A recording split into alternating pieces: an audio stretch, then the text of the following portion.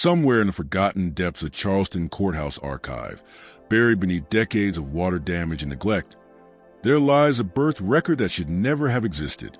The document, dated March of 1847, lists the delivery of a child to a woman named Celia Hart. But the physician's notes tell a different story, one filled with measurements and observations that violate every known principle of human gestation. The numbers don't line up with any medical understanding of pregnancy then or now. By 1849, the Charleston Medical Society quietly sealed all associated files, and within 18 months, the 3 physicians who handled the case had left the state for good, never practicing medicine again. For more than a century and a half, the descendants of those who witnessed it have refused to speak of what happened, passing down only one warning: leave Celia's story alone. Tonight, we're looking directly at the documented facts of a case that defies rational explanation, not because of anything supernatural, but because the circumstances were so disturbing that those who knew the truth chose silence over revelation. Before we continue with the story of Celia and the impossible pregnancy that terrified Charleston's medical community, I need you to do something. Subscribe to this channel right now. Stories like this, dark corners of history that someone tried very hard to hide, don't surface anywhere else. And leave a comment below. Which state or city are you listening from? I want to see just how far the forgotten American mysteries reach. What made Celia's case so profoundly unsettling wasn't the rumors or claims. It was a written documentation. The measurements, the dates, the physical impossibilities that no ignorance or superstition could explain away. Charleston in the 1840s was a city of jarring contradictions. Immense wealth sat beside brutal enslavement. Refined society ran entirely on the forced labor of people it refused to acknowledge as fully human. The port city pulsed with commerce, cotton, rice, indigo, flowing through its docks, enriching the planter elite, while enslaved workers performed every task that kept the machinery of prosperity alive. The medical community in Charleston had become increasingly prominent during this time. Several physicians published papers on tropical illnesses, childbirth complications, and what they disturbingly described as a peculiar physiological traits of enslaved populations. Research conducted without consent, often under horrific conditions. The Hartwell Plantation, 12 miles northwest of Charleston, covered roughly 300 acres and was worked by 42 enslaved people. The estate had passed to Edmund Hartwell in 1839 after his father's death. Unlike some planters, Edmund involved himself in daily operations. His wife, Mary Ann, had died giving birth in 1842, leaving him childless and increasingly bitter. The overseer, a transplanted Virginian named Thomas Gant, managed the actual labor with a reputation for efficiency matched only by his cruelty, something Edmund ignored or quietly approved. Celia herself had been born on the Hartwell property in 1826, making her about 20 years old when these events began. Plantation records describe her as sturdily built, capable in both field work and household tasks, quiet by nature. After Mary Ann Hartwell's death, Celia primarily worked in the main house preparing meals and keeping the rooms in order. Gant's quarterly reports noted her steady behavior and hard-working disposition. Bland, lifeless entries hiding the person behind them. The other enslaved individuals included Samuel, a skilled blacksmith purchased from a Savannah estate sale in 1844, and Old Ruth, a woman in her 60s who served as the community's unofficial midwife and healer. Ruth had delivered more than 100 babies throughout her life, her medical understanding born from necessity and decades of practiced skill. The slave quarters consisted of 12 rough cabins arranged in 2 rows behind the main house, each crowded with multiple families living in cramped and inadequate space. Charleston's medical establishment included 3 physicians who would later become central to Celia's case. Dr. William Sanderson had practiced in the city for 15 years, serving wealthy white families but occasionally tending to enslaved people when their monetary value demanded it. Dr. James Pruitt, younger and ambitious, had recently arrived from Philadelphia with new ideas on obstetrics, having published 2 papers on maternal health. And Dr. Henry Strickland, the eldest, had nearly 4 decades of experience and was known for meticulous record-keeping and a rigidly scientific approach. The winter of 1846 passed uneventfully on the Hartwell plantation. The cotton harvest had been completed. The fields were prepared for the next planting, and the unending cycle of labor continued. Celia performed her duties in the main house, largely unnoticed by Edmund except when he needed something. No one reported anything unusual about her appearance or behavior during those months. Old Ruth would later state that Celia showed no signs of sickness or physical change the entire winter. Nothing foreshadowed what was coming. It wasn't until March of 1847 that Celia, an otherwise anonymous enslaved woman, became the center of a medical mystery so disturbing that it would haunt Charleston's physicians for decades. On the morning of March 18, 1847, Celia collapsed while carrying firewood into the main house. Annoyed that his morning routine had been interrupted, Edmund ordered old Ruth to tend to the situation. Ruth found Celia conscious but clearly in distress, her abdomen swollen and rigid, her breathing shallow and strained. What Ruth discovered during her examination made her do something she had never done before. She refused to continue. She insisted that Edmund summon a white physician immediately. "I ain't touching this," Ruth reportedly told the enslaved women who gathered around. "This ain't natural. This ain't right. Mr. Hartwell needs a real doctor." Edmund, irritated by what he saw as Ruth's superstition, but aware of the financial risk of losing valuable property, sent a rider to Charleston to fetch Dr. Sanderson. The physician arrived late. That afternoon, Dr. Sanderson arrived expecting nothing more than a case of stomach illness or perhaps a miscarriage. What he found instead would overturn everything he believed about human physiology. His examination notes, still preserved in the Charleston Medical Society sealed archive, make for deeply unsettling reading. He wrote that Celia's abdomen was extremely distended, firm to the touch, with unmistakable movement shifting beneath the abdominal wall. These were the unmistakable signs of advanced pregnancy, except Celia, according to every witness, including Edmund Hartwell, had shown absolutely no indication of pregnancy before that morning. No morning sickness, no swelling of the breasts, no change in appetite or demeanor, no slow expansion of the belly, nothing. The patient presents no observable signs of gravidity at any prior point, Dr. Sanderson wrote.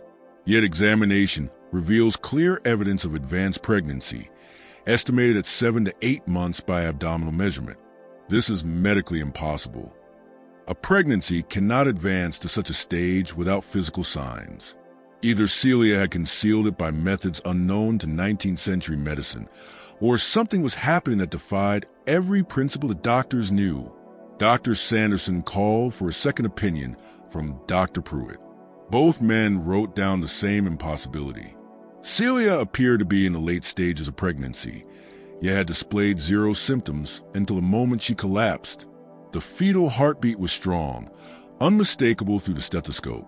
The movement within her womb was forceful and frequent.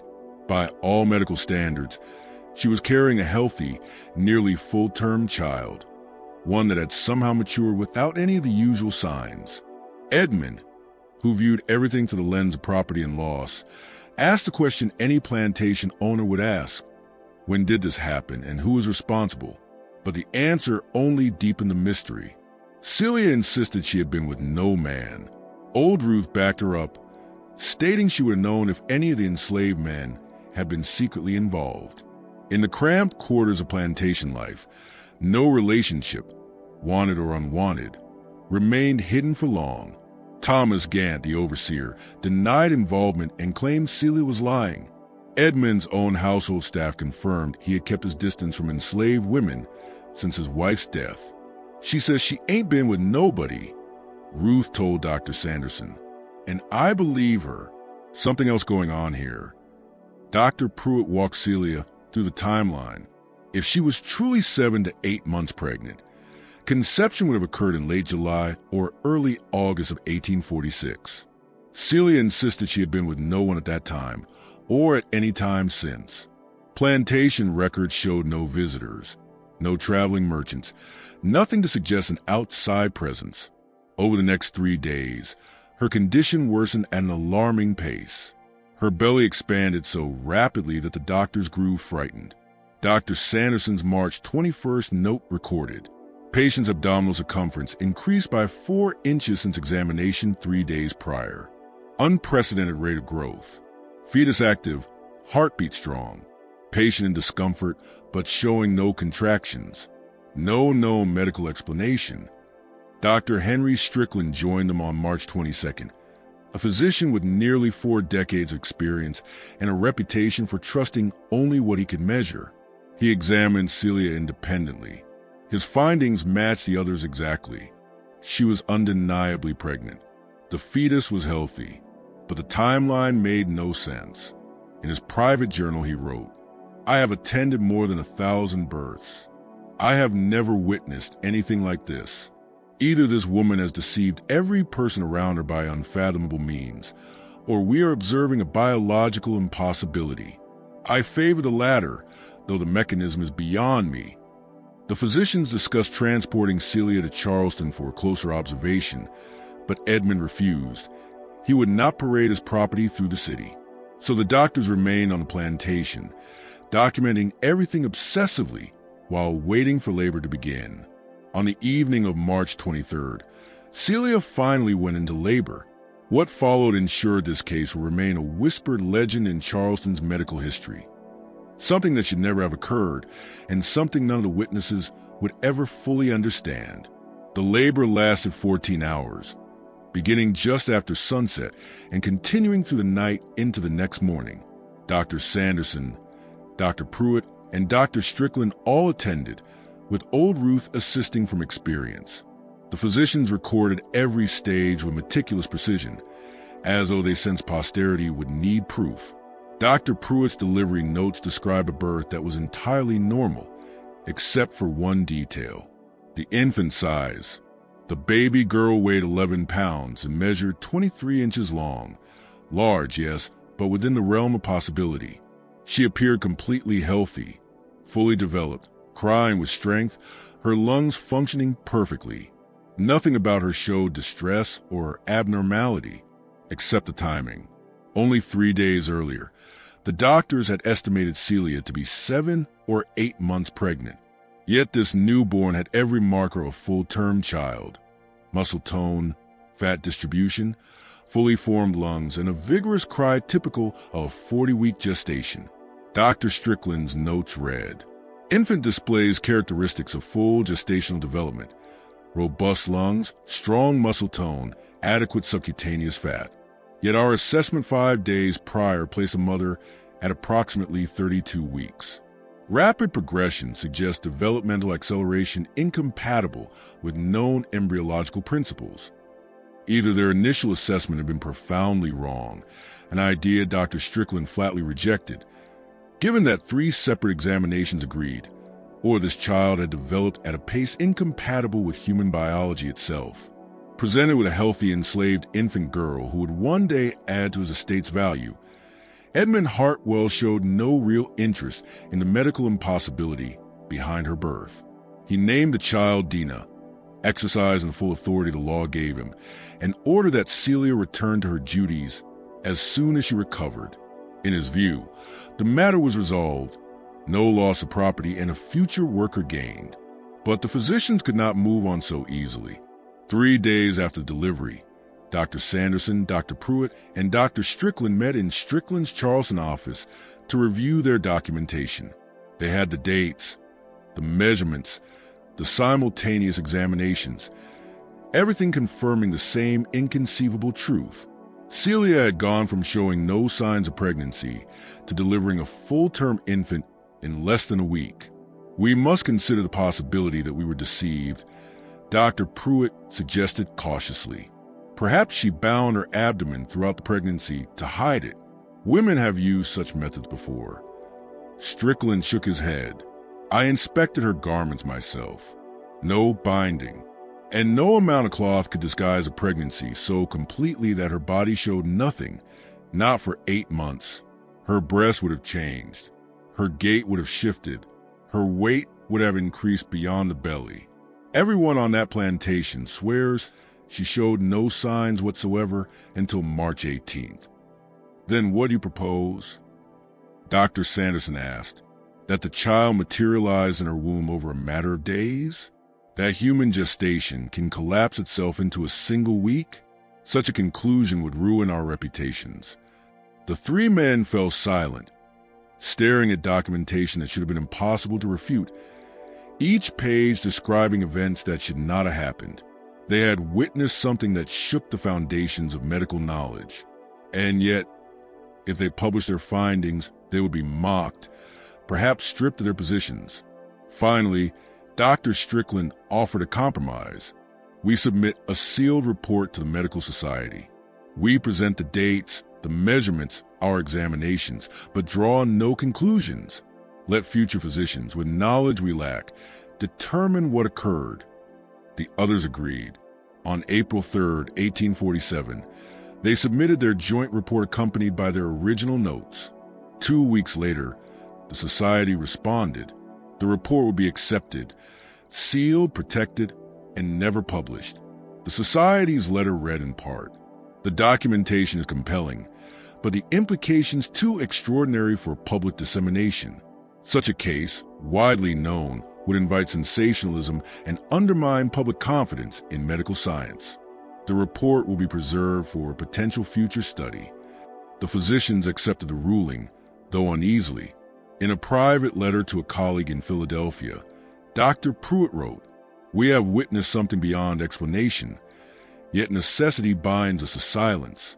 I cannot say whether we observed a miracle, an elaborate deception, or a natural phenomenon so rare that science has not yet recognized it. I only know what I saw, and what I saw should not have been possible." On the Hartwell plantation, Celia's strange pregnancy became a topic of whispered speculation. Some called it a blessing.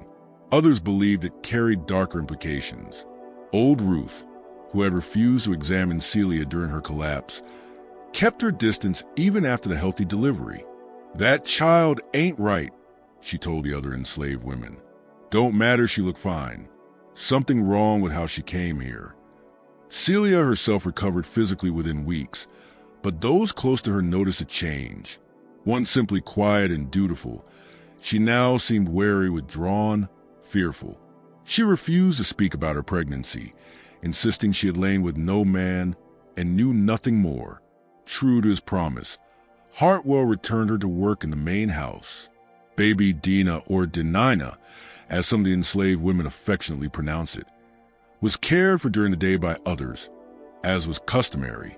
For a few months, life on the plantation appeared to settle into an uneasy normal. The impossible had happened, been examined, documented, and buried. But Celia's story was nowhere near finished. The circumstances of Dina's conception and rapid prenatal development were only the beginning. As the child grew, the mystery deepened in ways the white physicians never knew. To the casual observer, Dina's early development seemed perfectly normal. She nursed well, gained weight, and hit the usual infant milestones. Edmund Hartwell, satisfied that nothing threatened his interests, ignored both mother and child except to assign tasks. But old Ruth, whose lifetime of experience had sharpened her ability to notice what others overlooked, began making quiet notes in her own way. Unable to read or write, she relied on memory, sharing her observations with Samuel, the blacksmith. Samuel, literate and cautious, kept a secret journal hidden in his workshop. Decades later, that journal would surface among the papers of Samuel's descendants, revealing unsettling details the doctors never learned. According to the entries from late 1847 and early 1848, Dina's physical and cognitive development far outpaced normal expectations. At just 6 months old, she could already sit without support and was pulling herself upward, attempting to stand, abilities usually reached several months later. By 8 months old, Dina spoke her first words, not the soft, slurred babbling typical of infants, but clear, distinct words. Ruth said the child ain't natural, Samuel wrote in October 1847. Say she growing too fast, learning too quick. Say it remind her of something, but she won't say what. Other women scare the baby, won't hardly look at her. Celia don't say nothing, just keep her head down and do her work.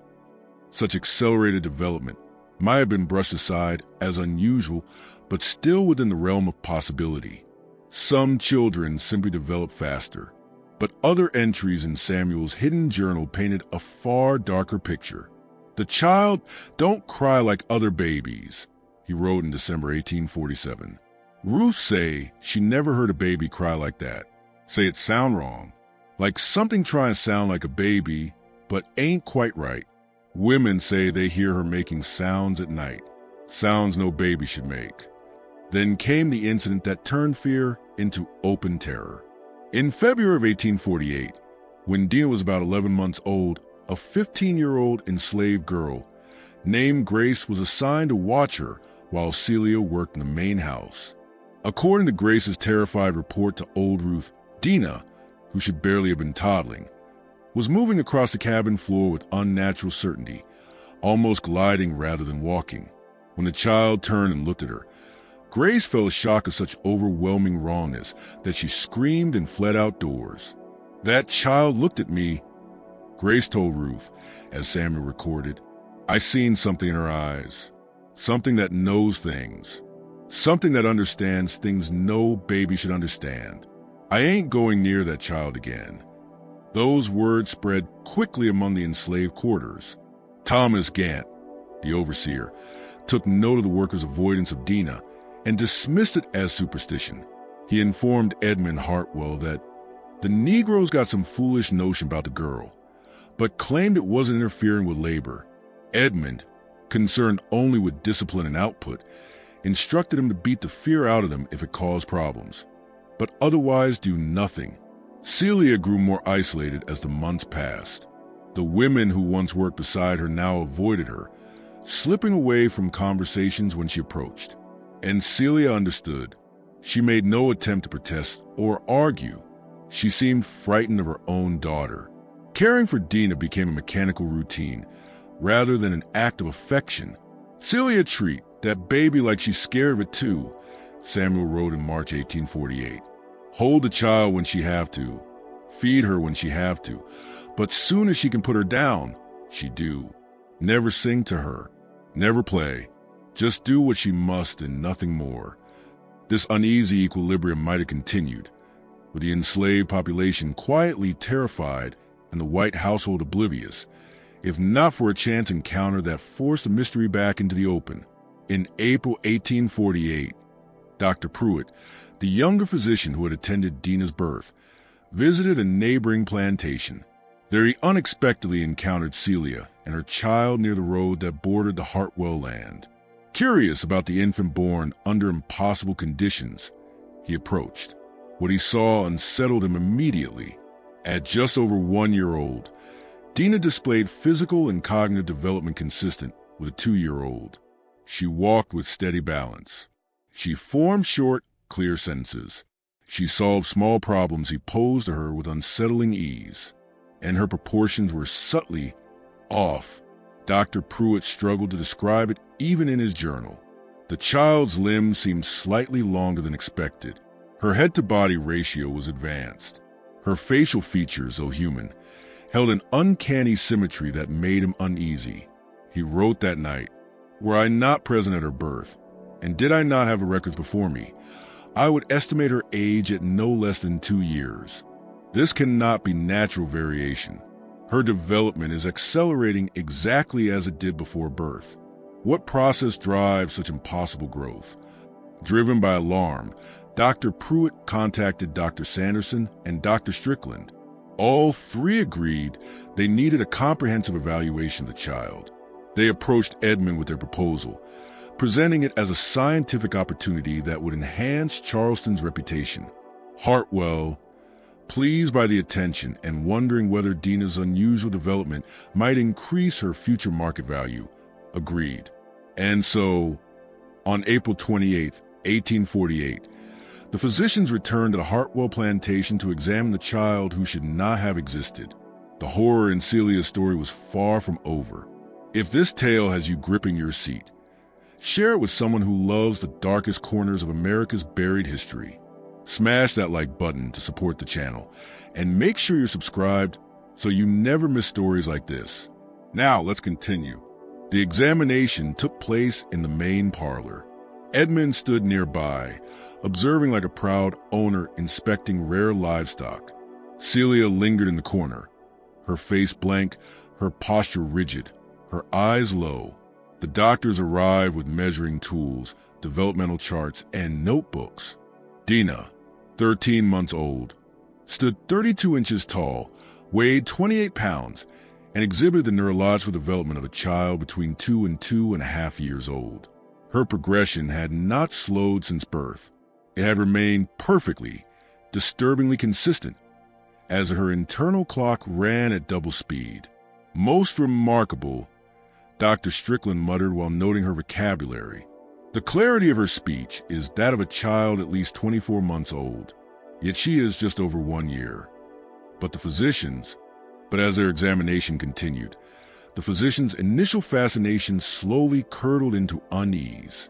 Dr. Pruitt noted that Dina's reflexes were unervingly sharp, her reactions almost too quick, her eyes tracking movement with intensity that belonged to a much older child. There was something in her gaze, a concentrated awareness, deliberate and assessing. "She watches us," Dr. Sanderson murmured under his breath, "with purpose, as if she's studying us." The physical examination only deepened their discomfort. When Dr. Strickland attempted to look inside Dina's mouth, the child jerked away with surprising force. When he tried again, Dina fixed him with a startlingly direct stare and said, clear as crystal, "No, that hurts." The three doctors exchanged alarmed glances. The words themselves weren't extraordinary. Toddlers often protested during examinations, but the clarity, the tone, the intentional phrasing, it was the speech of a much older child, expressed with a level of comprehension that should have been impossible. "How old are you?" Dr. Pruitt asked gently, half expecting nonsense. Dina stared at him for a long moment, then responded, "I don't know. How old are you?" The comprehension behind the question, the understanding of age as an abstract concept and the deliberate turn of inquiry back onto him, was so advanced that Edmund burst out laughing, delighted by what he thought was clever precociousness. The physicians did not laugh. They finished their examination in strained silence, writing down their measurements with increasingly stiff hands. Dina appeared healthy. Strong lungs, steady heartbeat, well-developed musculature, but the totality of what they observed suggested that something was terribly wrong, even if it hid behind perfect health. As they prepared to leave, Dr. Strickland did something unusual. "Mr. Hartwell," he said carefully, "I would like to examine the mother as well, just to ensure she has completely recovered from childbirth." Edmund waved a hand dismissively. "Do as you like. I have business to attend to." He left the room, Dina pattering after him. With Edmund gone, Dr. Strickland turned to Celia. The other two physicians looked on. "What happened to you?" he asked quietly. "The truth, please. We are physicians. Whatever you tell us is for medical understanding." Celia was silent for a long time. When she finally spoke, her voice was so faint they had to lean closer. "I told you before, I've been with no man. I don't know how that child come inside me. One day I was normal. Next day I felt something growing. Fast. Too fast. Hurt like something eating me from the inside, getting bigger and bigger. I wanted to die before that thing was born." "You call your daughter that thing," Dr. Pruitt said gently. "Why?" "Because she ain't right." For the first time, emotion cracked her blank demeanor. "I birthed her, but she ain't mine. She came from somewhere else. She used me, used my body to get born, but she ain't my child. A mother's supposed to love her baby, but when I look at her, all I feel is wrong, like something wearing a baby's skin." The three doctors stood frozen, uncertain how to respond. Dr. Sanderson attempted calm logic. Many women struggle to bond with an infant after trauma. I ain't crazy, Celia snapped, her voice suddenly sharp. I know what you're thinking. Poor slave woman. Got strange notions. But you've seen her. You know something ain't right. You got your numbers and your charts. But you feel it too. That child ain't natural. None of the physicians could deny the dread they'd felt during the examination. Dr. Strickland cleared his throat. We have documented unusual aspects of her development. Her growth rate is unprecedented, but unusual ain't what I mean. Fear crept into Celia's voice, raw and shaking. She knows things, understands things no baby should, and she's getting stronger, getting smarter. What happens in another year? In 2? Something that looks like a child but ain't. Before any of them could answer, the parlor door opened. Edmund strode back in with Dina toddling behind him. Are you finished? He asked briskly. I've work to do. The physicians gathered their tools, thanked him stiffly, and left the plantation. They rode in silence until the property was far behind them. That woman is terrified of her own child, Dr. Pruitt said at last. And after what we witnessed, I cannot say her fears are rational. We are men of science, Dr. Strickland replied, though his voice was hollow. There must be a natural explanation, a rare condition, perhaps genetic, something undocumented. And if there isn't, Dr. Sanderson asked quietly, if what we witness falls outside what nature allows, then what? No one answered. They submitted a second sealed report to the Charleston Medical Society, documenting Dina's continued accelerated development and the disturbing aspects of their examination. The Society's reply was brief.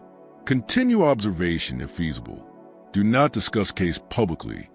But observation was about to become impossible. 3 months later, when Dr. Pruitt attempted to schedule a follow-up examination, Edmund refused outright. The child is healthy and valuable, he wrote. I see no need for further medical intrusion. You have your records.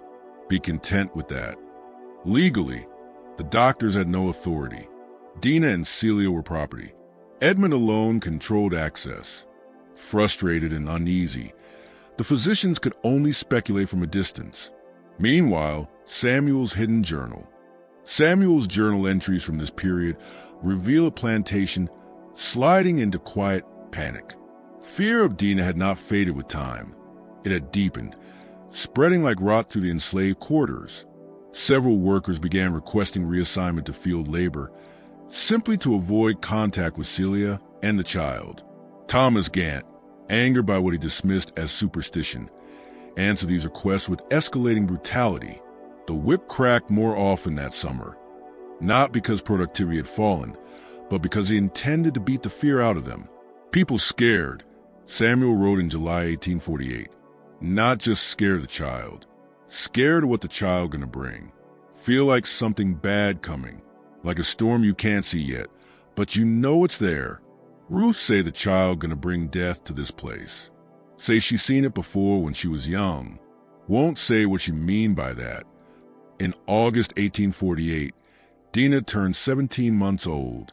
According to Samuel's careful observations, she was now functioning at the level of a 3-year-old. She spoke in complex sentences, understood concepts no toddler should grasp, and solved problems with unsettling speed.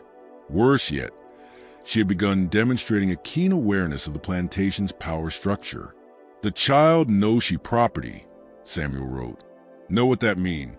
Watch Mr. Hartwell like she's studying him. Watch Gant, too. Don't act like a child. Not really. Act like something pretending to be a child, learning how to be human.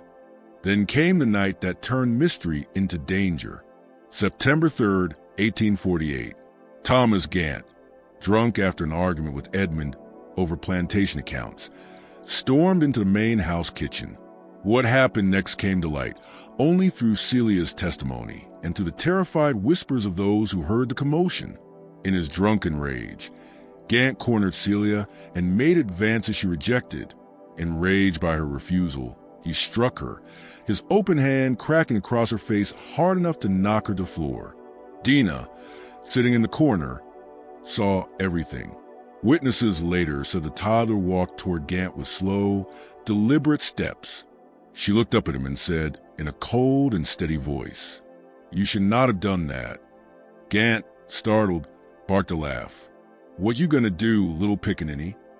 Multiple enslaved workers later claimed that something changed in Dina's eyes at that exact moment, a shift they could not describe, but that triggered a primal fear. She didn't speak again. She didn't move. She simply stared at the overseer with a focus no child should possess. Gant, increasingly uncomfortable despite his drunken bravado, backed out of the kitchen and left. But by then, whatever was going to happen had already begun. The next morning, at dawn, Thomas Gant was found dead in his bed. Dr. Sanderson was summoned immediately. What he discovered made no sense. Gant lay on his back, eyes wide, mouth frozen in an expression of pure terror. There were no wounds, no signs of a struggle, no indication of intrusion. His cabin was perfectly undisturbed. The man looked as though he had died of fright. Yet every part of the scene said otherwise. Sanderson's notes from the examination read, "Rigor mortis extreme, far beyond expected timeline. Facial musculature fixed an expression of terror or extreme pain. No external trauma.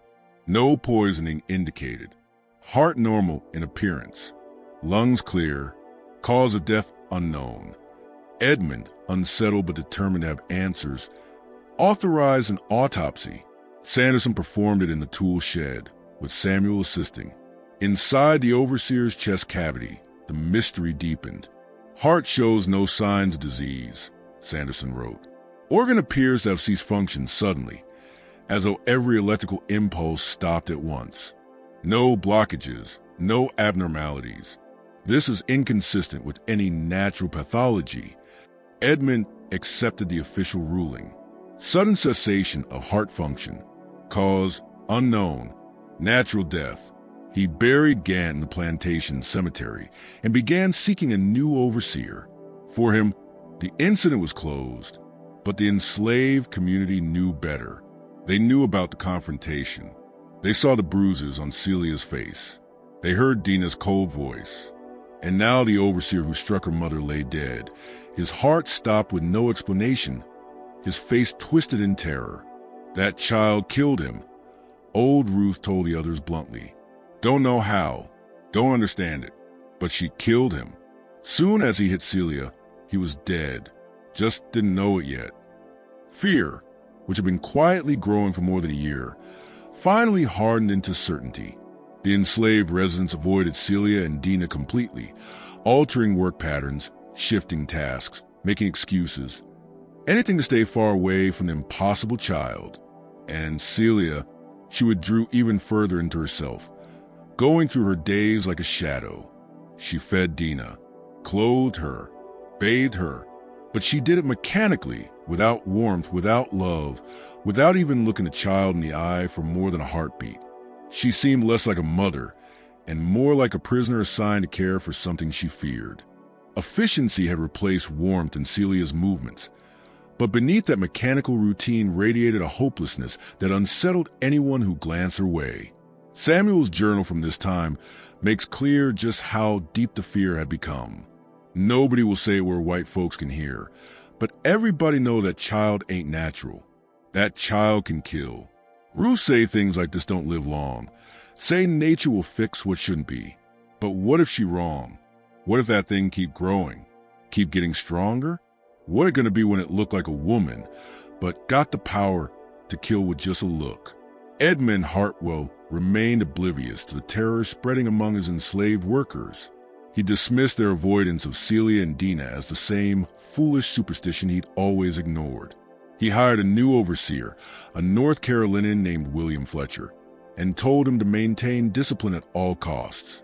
Fletcher was practical and cruel in equal measure, and he wielded the whip with the same casual confidence as his predecessor.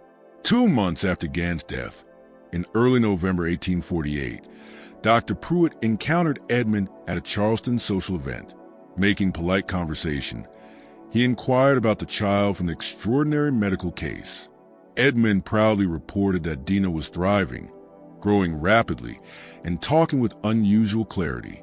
Still troubled by her impossible development, and keenly curious, Dr. Pruitt asked for permission to conduct another examination. Edmund, who had grown strangely attached to Dina's unusual nature, perhaps out of grief, perhaps out of pride, agreed immediately. "Remarkable child," he said, "sharp as any white child her age. Nearly 2, but speaks like she 4. Fetch a high price someday as a lady's maid." "Yes, doctor." "Come examine her next week."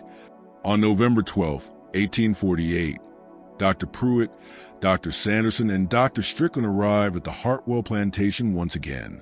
They found Dina, now 20 months old, displaying development consistent with a child of nearly 4 years. She stood 40 inches tall, weighed 38 pounds, and possessed a vocabulary advanced even for her accelerated growth. Yet, what disturbed them most was not her size or her language. It was her consciousness, the sharpness of her gaze, the meticulous way she studied them, her calm, deliberate replies. "How do you feel?" Dr. Strickland asked gently during the examination. "I feel well," Dina replied. "Why do you ask? Do I appear unwell?" The question's structure, the embedded assumption and its logical counterpoint, belonged to someone far older than 20 months. "Do you remember me?" Dr. Pruitt asked her softly. "I examined you several months ago." "I remember," Dina said. Something in her tone suggested memory far deeper than any toddler should possess. "You were curious about me then. You are still curious, but also frightened." "Why?" Before the doctor could respond, she continued, "People fear what they do not understand.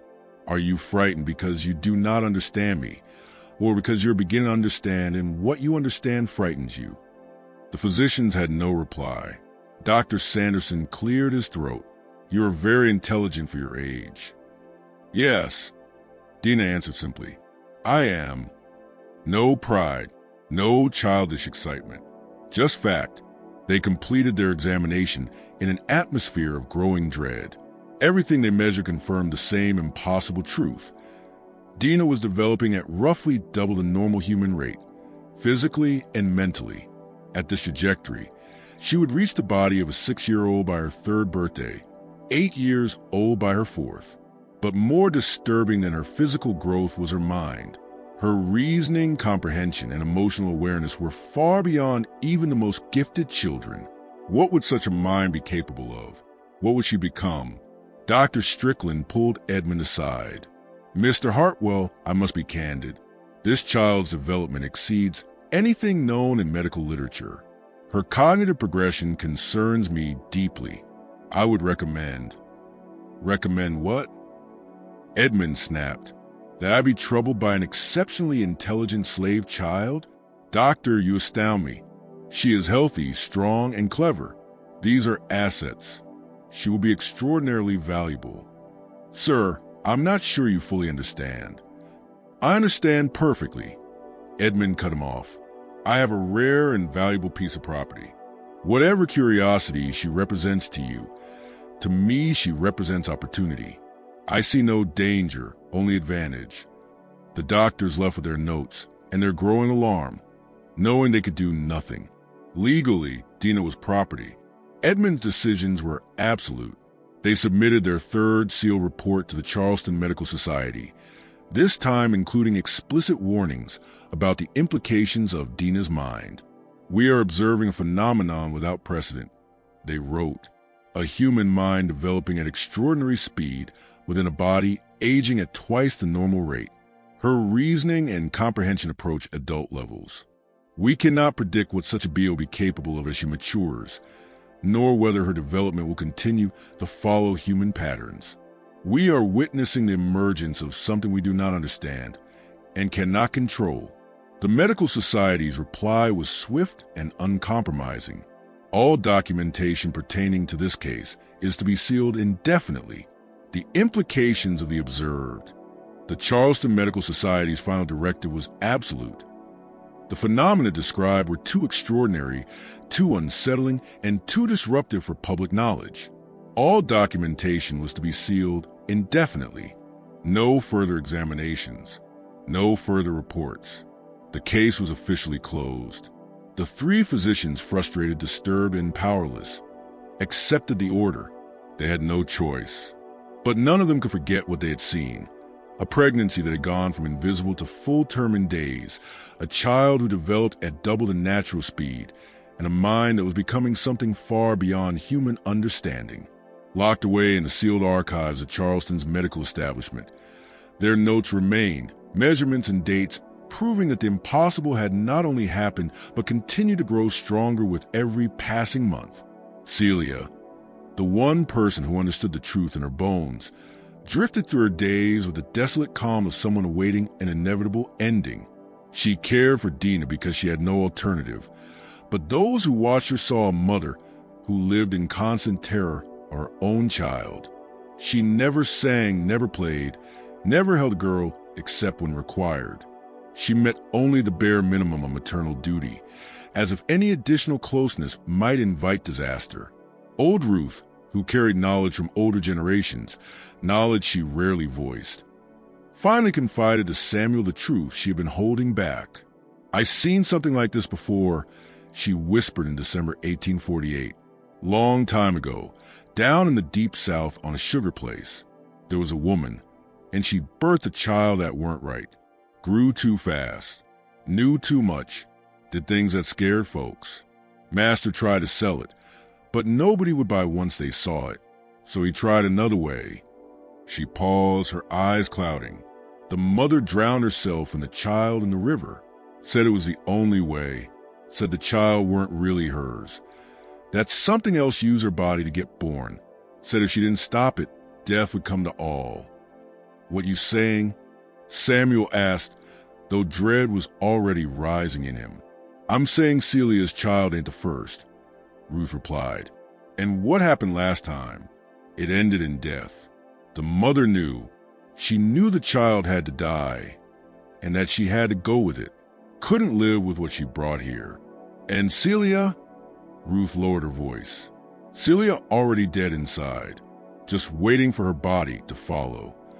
The winter of 1848 to 49 settled over the Hartwell plantation, wrapped in a heavy tension even Edmund could not fully ignore. The enslaved community moved through their duties like people awaiting an unseen catastrophe. Celia grew quieter than ever, her presence almost ghost-like. And Dina continued changing, physically, mentally, into something nature had never intended. The end came on a cold February night. On February 23rd, 1849, screams tore through the enslaved quarters. Celia's cabin was ablaze, flames erupting with unnatural speed despite the damp winter air. The fire grew so fast it seemed to breathe. By the time help arrived, the structure had collapsed in on itself, a smoldering mass of burning timber. William Fletcher, the overseer, formed a bucket brigade to keep the fire from spreading. Only after the flames died down did they begin sifting through the wreckage.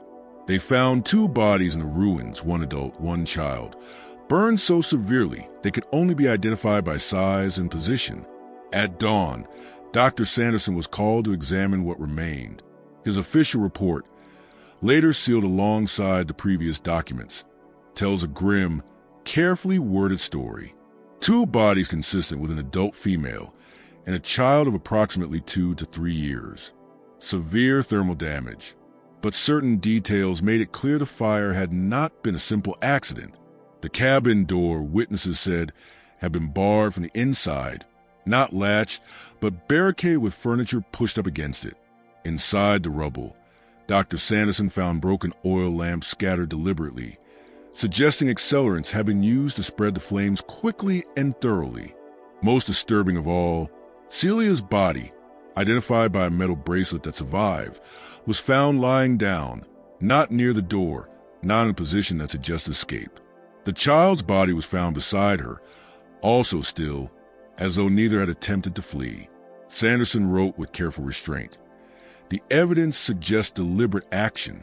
The mother appears to have barricaded the door, arranged accelerants, and initiated the fire to ensure total destruction of herself and her child.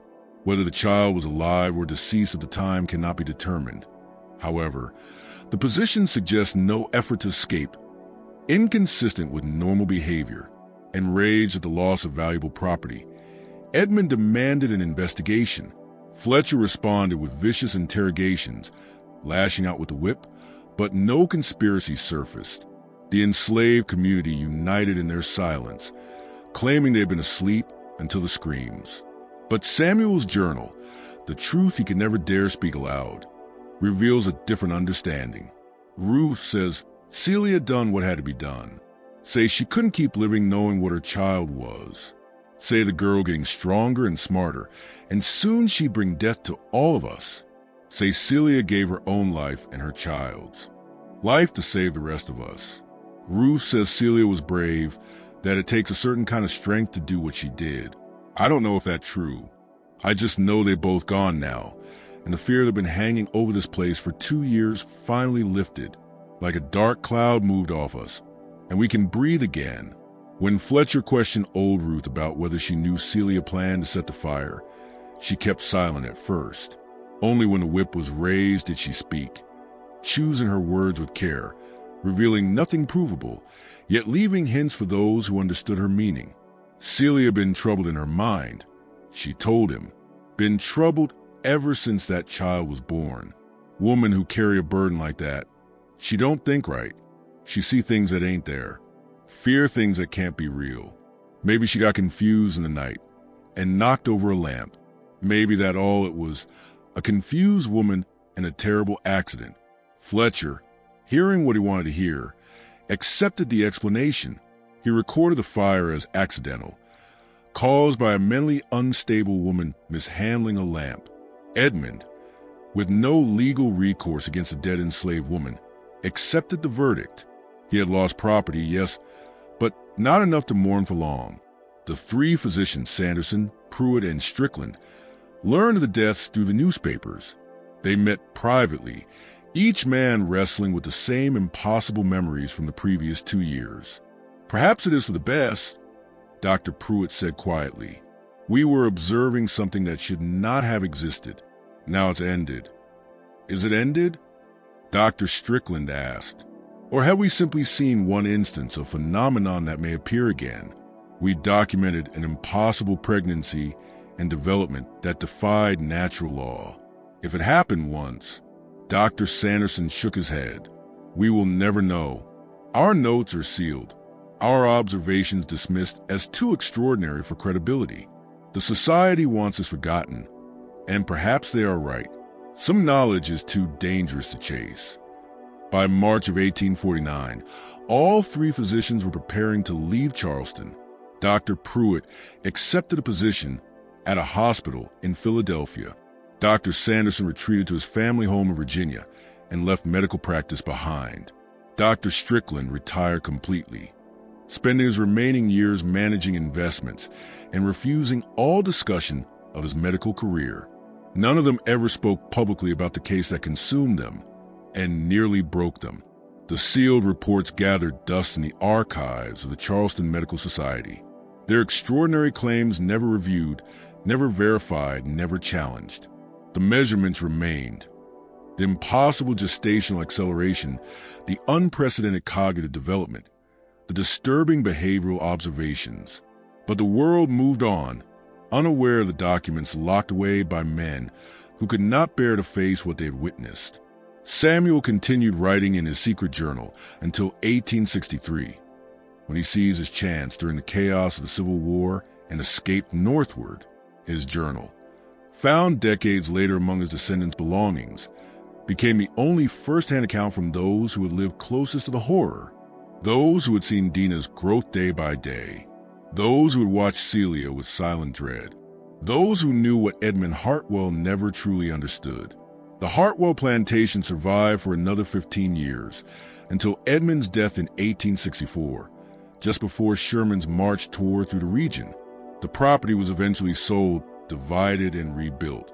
The site of Celia's cabin, the place where a mother ended her own life and her child's to stop what she believed was evil, is now unmarked, forgotten, buried beneath layers of development and time. But the records remain. The sealed documents still sit in archives, containing a story medical science never explained, and likely never will. A pregnancy that went from invisible to full term in less than a week. A child who aged at twice the natural human rate, while her mind grew even faster. A mother so terrified of her own offspring that she chose fire over letting it mature.